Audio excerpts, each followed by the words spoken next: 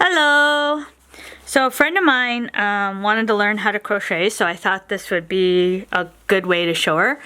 So I have in my lap, I have some yarn that I bought. It's called I Love This Yarn. It's just a skein of yarn. It's a good beginner size because it's considered a number 4 yarn, but that's a lot of detail I'm not going to go into right now. But for those just starting out, if you go into a yarn store and you don't know what you're getting or what you want to get a hook, and some yarn. And then if you're not sure what size hook to get for the yarn, just look right on the label. And right on the back of the label, it will actually tell you. You'll see there's knitting needles, and then down here there's a hook. And this particular label is really nice about it, and they actually wrote it right on there. Use a 5.5 crochet hook with this yarn. So some of them you may not see that written out like that. You may just see a symbol, something like this, and it'll tell you right there, US 5.5 millimeters Canadian. So that's just a good way to start. So if you're not sure what hook size, look on the yarn that you want to use, and it'll give you a hook number, and buy that size hook and just start from there. I recommend starting with a 5 or bigger hook, 5 to 6 hook, because it's not too big, it's not too small, it's right in the middle, and it's an easy place to learn. This is a hook. Ooh, sorry, just getting used to the camera here. I got it. Zoom out a little here. Where is it? Okay, come on, camera. Where are we?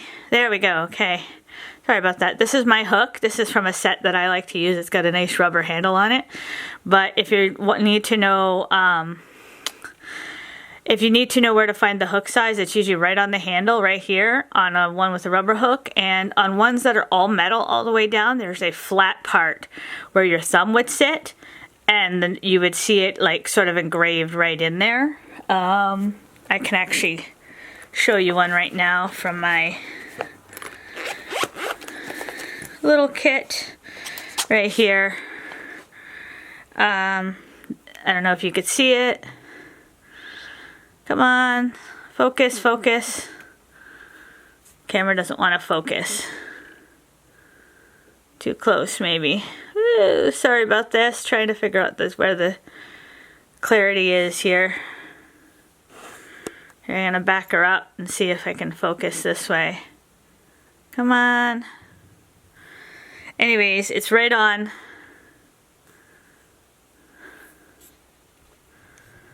It's right on there. And I'll zoom in a little again. And there we go. Right there. And you can see it, the number, I don't know if you can see it very well in the video, but it's written right on there, 5.5 millimeters. So if you're using one of these kind of hooks, that's an easy way to figure it out.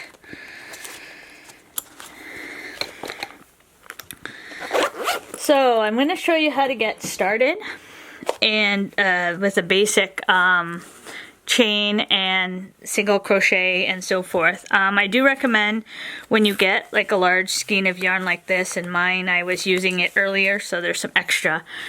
But when you get something like this, this kind of yarn, you try to pull the yarn from the center. I'm going to back her up a bit, sorry, zoom out a little bit so you can see, from the center point. And the reason why is that as you use it, it pulls out nice and easy, and your yarn doesn't bounce everywhere. If you do pull it from the outside, it'll go in circles and bounce off your couch, on your floor, and it can be a pain in the rear. So try your best to grab it from the middle. So when you do that, sometimes this is just because I was using it before, but you're going to start, here's our starting point. So here, I apologize, I'm still trying to get used to where the camera is. So this is the end of my yarn. I'm going to put the hook down for a second, and we're going to do a slip knot, which is basically I wrap it around my 2 fingers, and then I pull it through like this, so it's a loop, and pull it up. You know you've done this correctly is if you pull the small end and the loop gets smaller. So that's how you know you've done it correctly. I'll do it one more time. Around 2 fingers.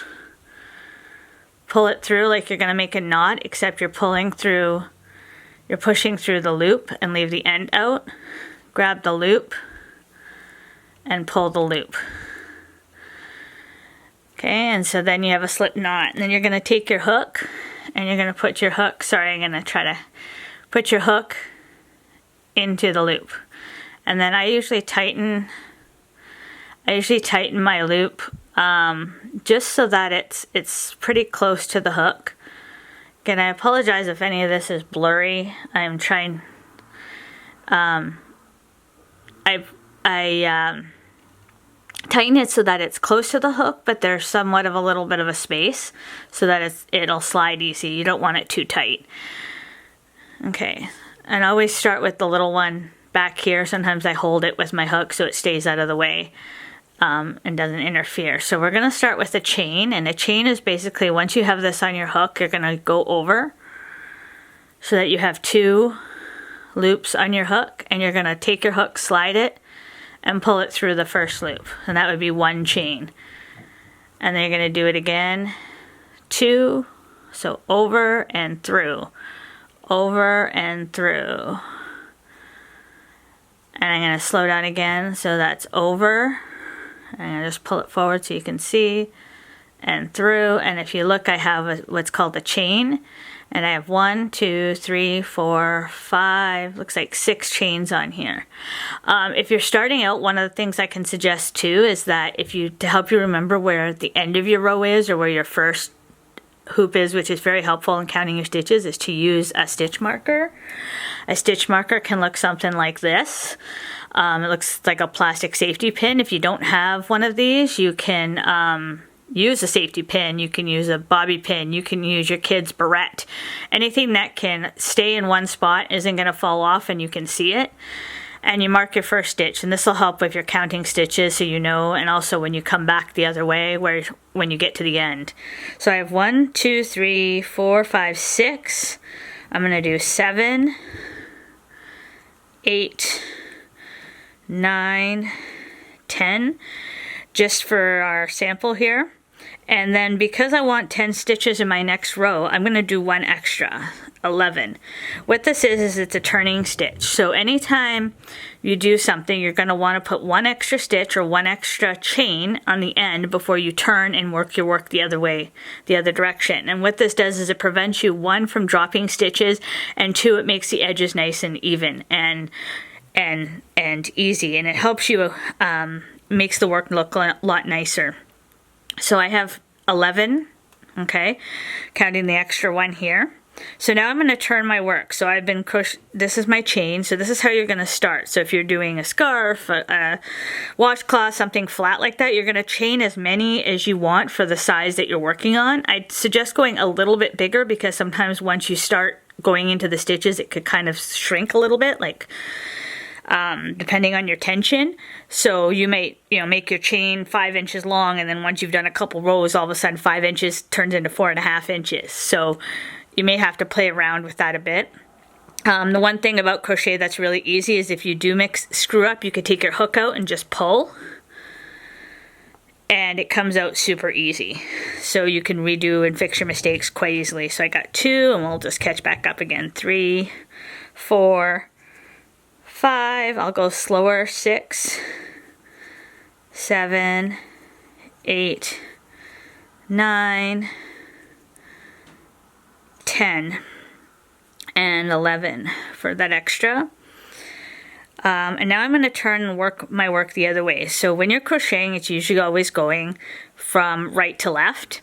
So your work is always in front of your hook when you're working. So with the chain, it's mostly just a long chain. It's not going to be in the way, but when we get to the other end, you're going to see when I turn a little more clearly. So now I'm going to turn and I'm going to work into this to start my stitches, and I'm going to do a single crochet. Pay attention to the name of the stitch that you're using, because single gives away where you should be starting. So a single crochet, you should always have 1 loop on your hook before sticking it through the hole. So I'm going to be sticking it through the space right here. I don't know if you can see it. I just apologize for not getting closer. I'm going to try to zoom in a little bit. I don't know if it's going to focus on me or not. It's being a pain in the rear. Okay. So zoom in here and you can see I'm going to go into not the last chain I did, but the next one. And I'm going to go through that and I'm going to pull through a piece of yarn. So now I have 2. I'm going to yarn over and pull my yarn through both of those. So now I start with 1. I'm going to go through the next loop.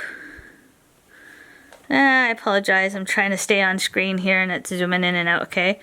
Pull it through. I'm going to go over and I'm going to pull it through the 2 loops. So now I got 2. Right, so we got 1. I'm going to pull it through the hole, pull up the yarn, over, pull through both loops. And I'm going to continue with this method till I get to the end. And like I said, single starts with 1 piece on your hook before you put it through the stitch. So that's a sign that you're doing a single. Over and through. So through the hole, pull it up, over and through. So we got 1, through makes 2, over makes 3, and through. So 1, 2, 3, pull. Again, I apologize if it blurs in and out. I'm not looking at the thing the whole time. So as you're crocheting, you're going to see your work. And we have 1 row starting right here. It's important to keep your tension, so not to try to keep the same tension. Also, some people hold, as you can tell, I hold the hook like a knife, which was my hand over top. Some people hold a hook like this. There's no right or wrong to holding a hook. You hold it however you feel comfortable, and that's how you do it. You're doing the same exact actions that I'm doing right now. So either your hand's over or it's under. You work it the way it works for you. Okay, so now I am almost at the end. I have 1. And now I'm at the end where I've come to my pin where I've clipped my last one. So I'm going to do my last stitch here.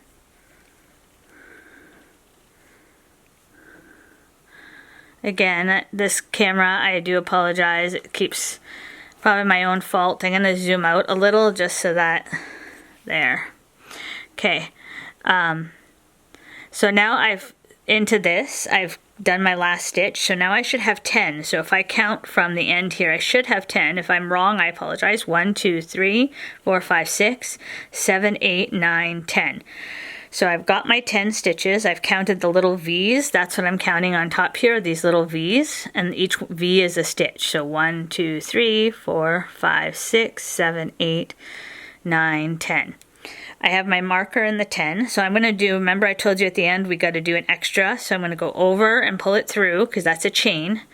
So that's 11. So if you notice, my work is now under my hook and it's this direction. I'm at the end of my row. So remember I said we go right to left, so now we have to do what's called a turn, and you're going to turn your work.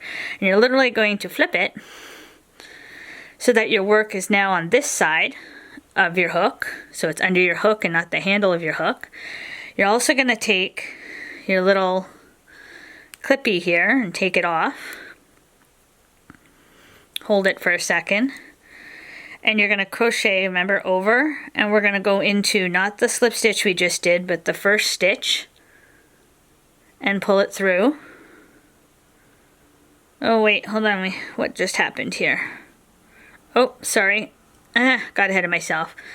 So we have this, and we have the slip stitch, so we're going to go in, pull through 1, and over, and create 1 stitch on the next row. And as soon as I'm done that 1 stitch, I'm going to put my little clip in so that I know I'm at the end. So that's my number 1. You can see it's a nice neat edge, but you can also see where we started. And this is the little string left over, and this is why it's important that you do the slip knot the right way so you can tighten this if it loosens up. If you do the slip stitch the wrong way where it slides from the big end, you won't be able to tighten it and you'll end up with this hole at the end. So this allows you adjustment, and this is really important if you start doing stuff with circles and things like that. So now we're going to do row 2.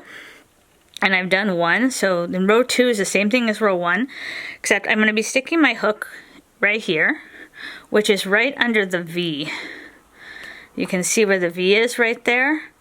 So I'm literally sticking it underneath the V. Oops, right under the V. And I'm pulling it through one like I did before, and over and through. So I'm going to do that with the next one. I'm going underneath my V and over and through. And I screwed up there. I just caught a thread. Sometimes you got to be careful.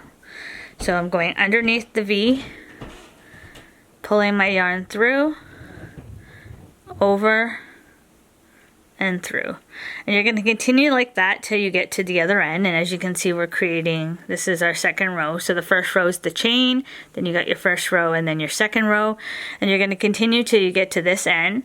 If you have another stitch marker, I suggest using one on each end. So you do one on your first stitch and you would put one on your last stitch, and so then it helps you keep count. And that's one of the big things when you're first starting. Make sure you count your stitches every row, even if it's tedious. If you're counting 50 stitches or something, you can put a marker every 10 stitches. Then you can just do 10, 20, 30, 40 and make the count a lot quicker.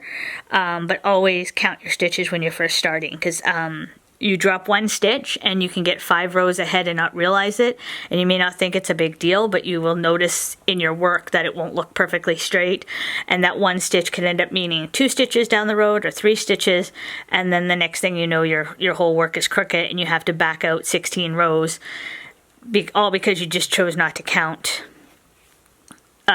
while you were working. And believe me, it's happened. And again, so I'm going to just show you one more time under the V, pull through, over, slide through. This is a single crochet. There's other stitches you can learn, like the half double crochet or the double crochet, and I can quickly show you those. This video is getting kind of long, but I will quickly show you those. I'll get to the end here. Oh my goodness, this camera's a pain in my rear. Sorry about that. So I'm getting to the end under my last one. And so just to confirm that I got 10 and I didn't screw up, 1, 2, 3, 4, 5, 6, 7, 8, 9, 10. So I've got 10 still. So I'm going to show you just a quick, I'm going to show you, so I'm going to do my 11 for my extra. Now some stitches, depending on how big the stitch is, you may have to do more than one at the end, but I'm just going to do one, and I'm going to flip my work again, so I'm flipping it over. I'm going to show you a half double crochet and a double crochet really quick, just so that you can have the 3 basic stitches down. So a single crochet, like I said, pay attention when you start. Single means 1. So a half double has the word double in it, so you're going to start with 2 loops on your hook. So you're going to have the original main one, and then you're going to wrap one more on before sticking it through the next stitch. So half double crochet starts with 2. I'm going to go into my first stitch here and pull 1, 2, 3, and so now I have 3. And now I'm going to wrap one more over, so I have 4. Try to keep this clear. Okay, so I have 4, and I'm going to pull number 4 all the way through 2 and 3. So that's a half double crochet. So again, start with 2, then we go through, pull up 1, over for 4, and then through. That's a half double crochet. So start with 2, pull up for 3, over for 4, pull all the way through. Start with 2, pull up for 3, over for 4, pull all the way through, and you continue on, and that's what's called a half double crochet. And what that is it's slightly bigger than a regular one, so it's a little bit thicker, a little bit taller, and it's good for a lot of different things. If you want to make it thicker, washcloths and things like that are often done that way, so it's a little bit thicker and closer together. The other stitch is a double crochet, which starts out the same way we just did the half double crochet. So we start with 2 because we got the word double in it, right? Double crochet. And we're going to pull it through and pull one up and over for 4, except this time, instead of pulling it through all the way through all 3, you're going to pull it through the first 2. So now you've got 2 on there still. Oh my goodness, I hate this camera. Again, I apologize if it's blurring in and out. I'm not sure why it's doing this. So now you still have 2 on there. You're going to wrap it over one more time and pull it through, and that would be a double crochet. So again, you start with 2, put it through, pull for 3, over for 4, but instead of going through all 4, you're going to go through the first 2, then over again and through the last 2. Now you can see the difference if you look at the work between the half double crochets and the double crochets. It's suddenly gotten very tall. And you can also see, I'll show you here, I could almost stick my whole finger between them, whereas here it's a lot smaller and a lot closer together. So double crochets are very holy, but they get the work done a lot faster as well because they're taller. As you can see, it's going up, so they're very much taller. Here, I'll do one more. If you choose to do a double crochet, you're going to want to do 2 chain stitches at the end because, as you can see, they're taller. So 2 chain stitches will make the turn stitch taller so it matches up to it and it's not pulling and it keeps the end nice and even. But you can see how it gets taller, and like I said, I can almost stick my finger all the way through the holes between them, whereas like a single crochet you can't even get your finger through at all, and a half double crochet it's barely. So the bigger the stitch, the more spaces. But now you know 3 different stitches. If you learn these 3 stitches and you practice them, I can guarantee that any other stitch you want to learn, any fancy stitch, any more advanced stitch, they all derive from these 3 stitches. So if you practice these 3 stitches, you could pretty much learn any crochet stitch from this point on, because every kind of stitch that I've come across is some derivative of these 3 stitches, meaning it'll tell you to do a variation of these stitches in order to get a different one. So practice these 3, and again, you can reuse yarn by just doing this when you're done and pulling it out and rewrapping it and so forth. I hope this was helpful. If you have any questions, feel free to message me or under the video and I'll answer what I can. And if you want to learn anything else, let me know and maybe I'll make another video. I apologize if this is long-winded. I also apologize if this video blurred in and out 1,000 times and I didn't notice because I can only look at the screen so much. Thanks. Have a great evening.